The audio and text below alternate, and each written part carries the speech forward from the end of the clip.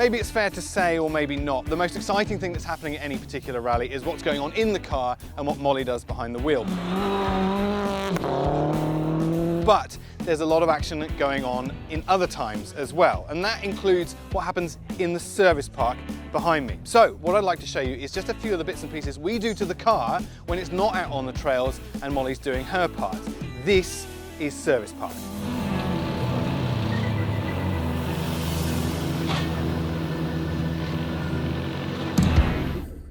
When the car comes into service, it's normally not looking quite as clean as this. It comes in fresh from a stage and it's normally covered in mud or dust or both. So now's a good time to look at the car. It's in unusually clean condition. It's a bit easier to show you some of the features and some of the bits of this car. First of all, let's start with the bodywork. On the outside, it looks very familiar. It looks completely standard to a normal WRX, but it actually isn't. Although these are factory panels, underneath the skin, they've been heavily modified to be both lighter weight and also easier to take on and off in a hurry. So although it looks like a standard WRX on the outside, it actually isn't. Now, one of the things we notice a lot is Molly will come in from a stage and there's been more modifications, like dents and scratches and cracks that all have to be addressed during service. One of them is this one from testing yesterday, which was made by a kangaroo. Don't worry, no kangaroos were harmed in the making of this testing session.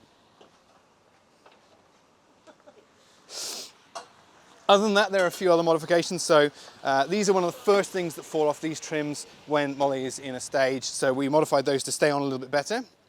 And then the next thing that happens is the car goes up in the air. Now, I've made the mistake of trying to put it up in the air with the bonnet up, and if that happens, it hits the canopy above you, so it goes up in the air first. I'll show you a little bit more about that and how we do it in a second. It's a bit of a check under the bonnet. Now, it's easier said than done because this car will come in fresh from a stage. It is raging hot. There's exhaust under there, there's a coolant system, red hot turbo at the back there. So although it's pretty much a standard under bonnet check that you would on a normal road car, it's not quite that straightforward. So we'll check all the levels, but there are differences there as well. One, the dipstick is actually held in by a spring because with all the vibrations and jumps and bumps happening on the trails, that can pop out. We've also got lots of other different systems to check. This is a modification for this particular car. There's a Schrader valve to release the pressure in the cooling system before you take the cap off, because if you do that when it's too hot, then you end up with a fountain of 100 and something degree water. Expansion tank is here, much smaller than you'd get on a normal road car.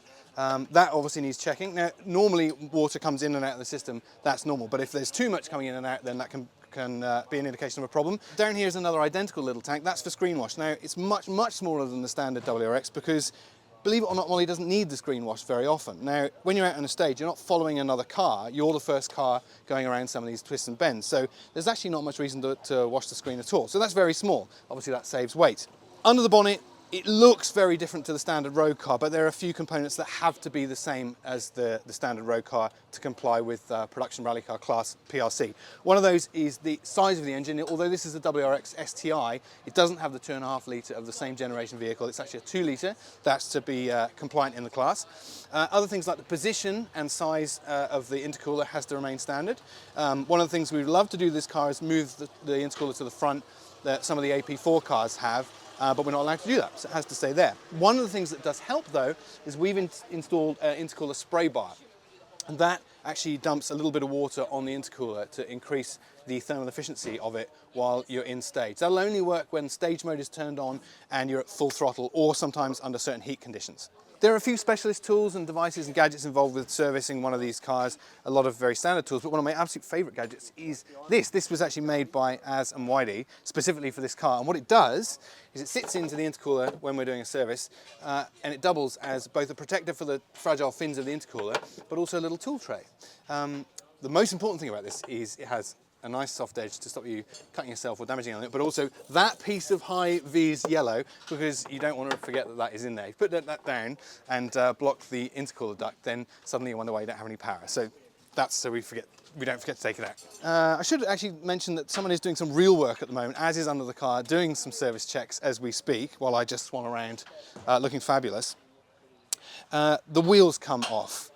Obviously we do that so we can gain greater access to all the components in behind the wheel. That would be the suspension and the brakes and also the guard liners. All 4 wheels come off. That also allows us to check tyre condition as well. It's a really simple process. Fabio's wheels are held on with 5 titanium wheel nuts. and they're removed. We use battery impact drivers, or rattle guns, nut guns as some people call them. Really quick process to get those off. But one thing I wanted to show you when we are into the wheel arch. There he is. There is the rally mechanic in his native environment. If we're very quiet, he might stay. They're quite shy creatures, and they can be chased off quite easily. So if I am polite and don't say anything stupid, then hopefully he'll stay there. So the wheel arch of a rally car is a very, very hostile place to be. Obviously, there's a lot of gravel and stones and mud being thrown around, and you can see the evidence when you get inside the wheel arch. The brake calipers cop a huge amount of abrasion and abuse. The brakes obviously under a huge amount of pressure, lots of temperature in those, but you won't see any standard components in the guard liner at all. These are all uniquely manufactured for this particular car for two reasons. One, they need to be able to be taken out and in very easily, and also they need to be much more durable. So you're looking at 3 to 5 mil, this sort of plasticky compound here, which is sort of rubbery in nature, but it has to be incredibly durable. But even those you can wear out in a single rally. In fact, in South Australia, we wore completely through this front liner here. We've got the Ryger suspension in there, which is obviously non-standard. STI brakes with a specific race compound brake and pad in there. So it, again, from the outside, looks very standard, but is not at all. The tyres, they get inspected every time we come in. If I just move Steve's table here for a second, you can see the difference between a new and used tyre. This one is not in the best condition, but potentially could go out again. But just look how quickly you lose the edges off those tread blocks. We're using a Hoosier tyre, which is, seems to be performing quite nicely. While I've got one of these wheels, I'll show you another example of the abuse inside here.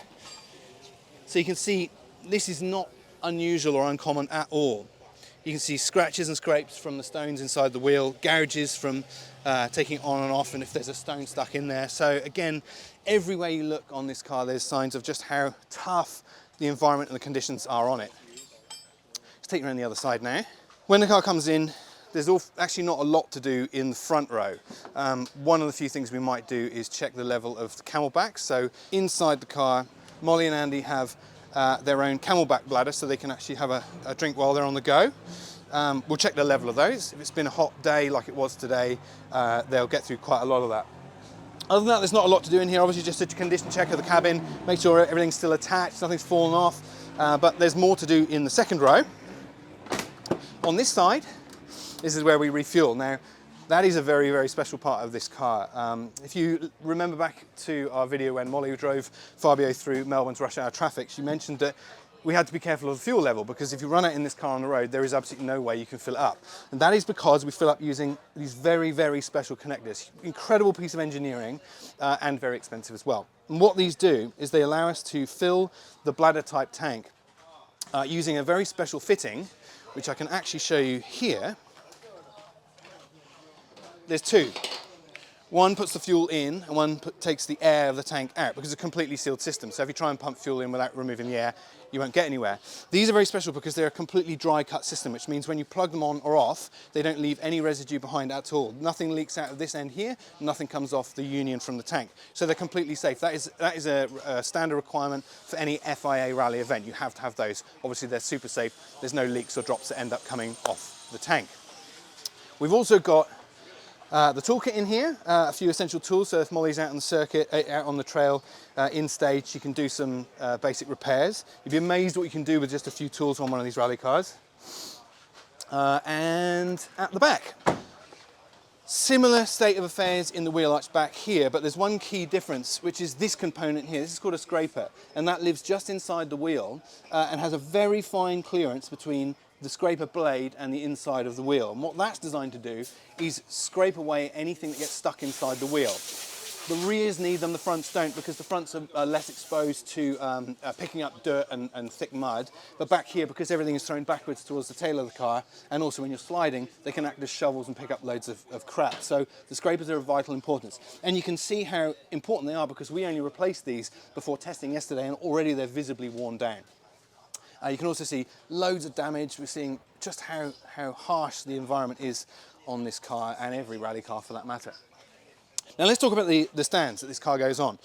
One of the questions people ask quite a lot about rally cars is why don't they have air jacks like you get in GT cars and circuit cars? And there's a few reasons for that. One is, as you can see, there's a lot more clearance underneath a rally car, and you have to have that clearance because there's a lot going on under here. And where circuit cars typically don't cop a lot of damage or abuse, a rally car does. So you need a lot of space to get underneath one to fix or just assess the situation. And that's one thing we do when the car comes into service. Get underneath, inspect how bad things are. While I'm under here, I also do what's called a spanner check. So all the major components, get a spanner on them to make sure everything is tight.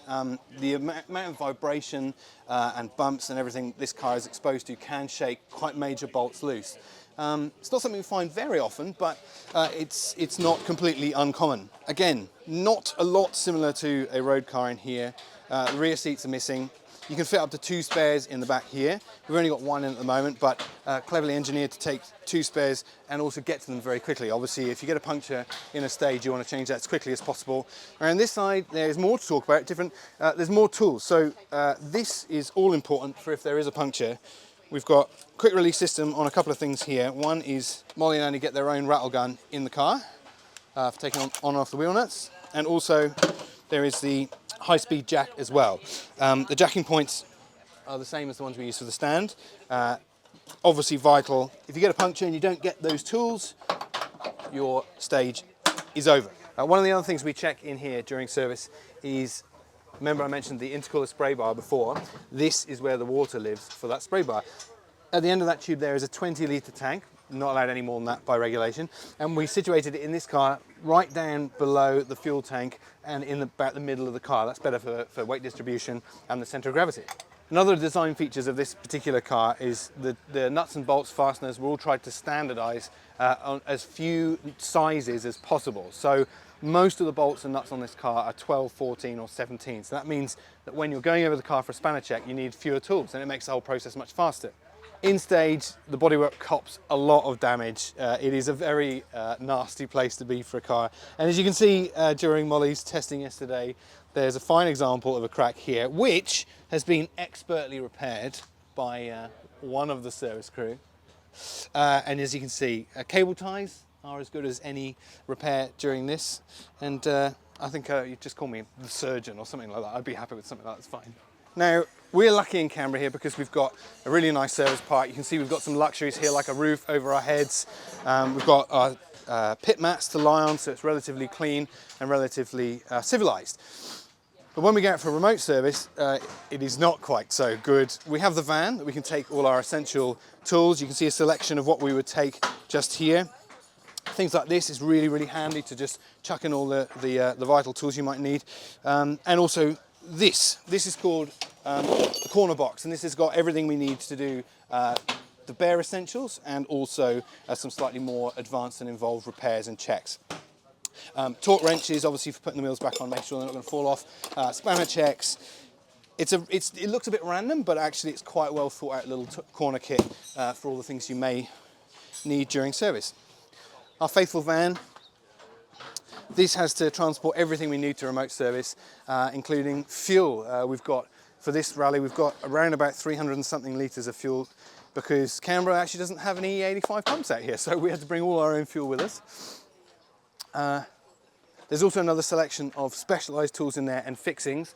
So our little mini workshop away from home is actually quite well equipped, perhaps better, more so than you might imagine.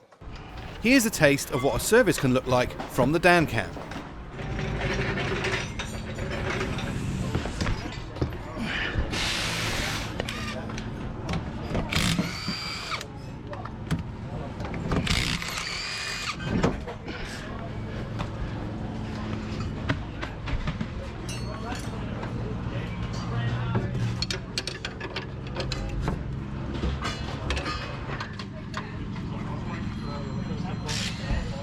Yeah, I'm rear left.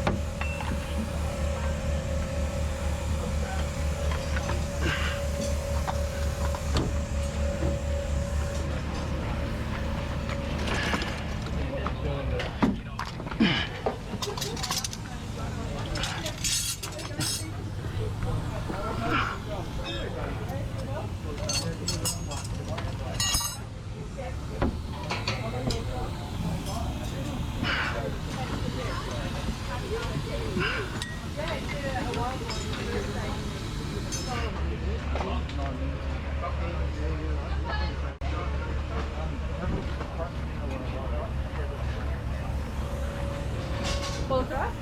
Looks great. I mean, this. What did you hit? Oh, I don't know, lots of things. I think it's fine. Okay, okay. It looks fine.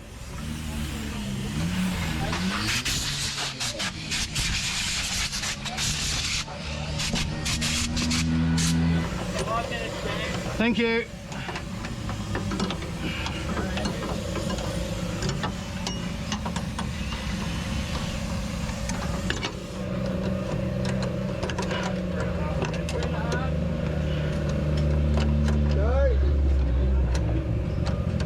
Come on, you fucker. All right.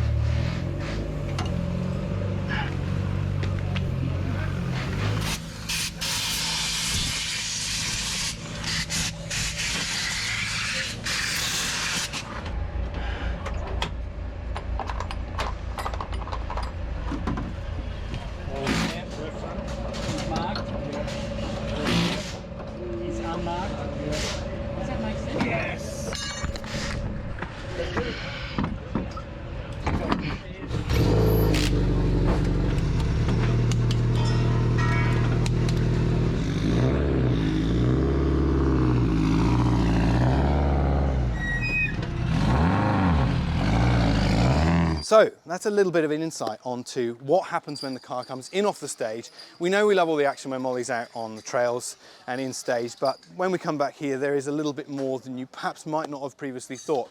But perhaps I've missed something. Perhaps there's something that you've seen us doing under the bonnet or under the car that you wondered perhaps what it was. So if that's the case, then drop us a line below and ask us a question. If there's something you want to know a little bit in more depth, let me know and we'll answer your questions. Perhaps if there's more for a new video, we'll do another one for you too. As always, if you like this video or any of the other ones from the Mad Garage, like and subscribe and hit the bell icon so that every time a new video goes live, you get told about it. Thanks for watching.